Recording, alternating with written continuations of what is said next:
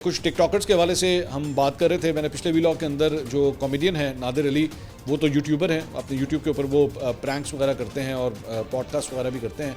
उनके हवाले से उनका और हमने पॉइंट ऑफ व्यू भी आपके साथ शेयर किया था। अब इसके बाद जो है वो एक और ख़ातून है, उनका नाम भी अब सामने आया है, जिनका नाम है एमन ज़मान। एमन ज़मान साहिबा के हवाले से जो है वो ये पता लगा है कि दो मुख्तलिफ इसी तरह बेटिंग की कंपनीज़ हैं, उनके ऊपर उनकी वेबसाइट्स के ऊपर जो है वो इनकी तस्वीर लगाई गई हैं प्रमोशन के। एक के ऊपर तो तस्वीर लगी हुई है और एक के ऊपर वो खुद एक्चुअली उस वीडियो के अंदर जो है वो प्रमोट कर रही हैं उस चीज़ को। जो दूसरी एक तो वर्ल्ड 777, जिसका वेबसाइट मैंने पिछले व्लॉग में भी कहा था अभी तक एक्सेसिबल है। आई होप कि national cyber crime investigation agency जो है इसको कम से कम बंद करवाएगी।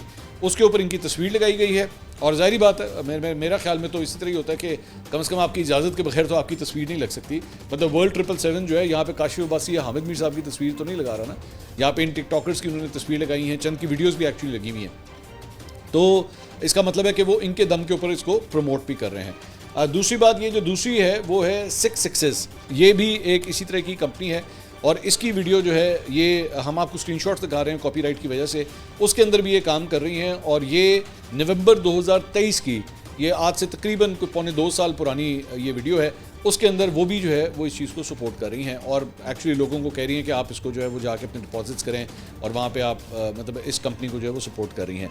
दोबारा ज़ाहिर बात है सबसे बड़ा सवाल जो है वो, और मुझे पता लगा है कि ये जो एमन ज़मान है इनकी काफ़ी हेवी फॉलोइंग है टिकटॉक के ऊपर, काफ़ी लोग जो हैं वो इनको देखते हैं, तो इनका नाम भी जो है वो आया है। अब मुझे नहीं पता, मैंने आपको पहले भी ये जिक्र किया था कि एडिशनल डायरेक्टर जो थे national cyber crime investigation agency के, वो जब हमारे पास आए थे तो उस वक्त उन्होंने 6 लोगों के बारे में बताया था।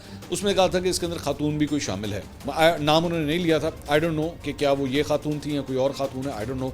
लेकिन हमने जो थोड़ी सी रिसर्च की है उसमें इस खातून का नाम भी जो है वो सामने आया है और इनकी भी माजी के अंदर जो है वो इस तरह की वीडियोस हैं।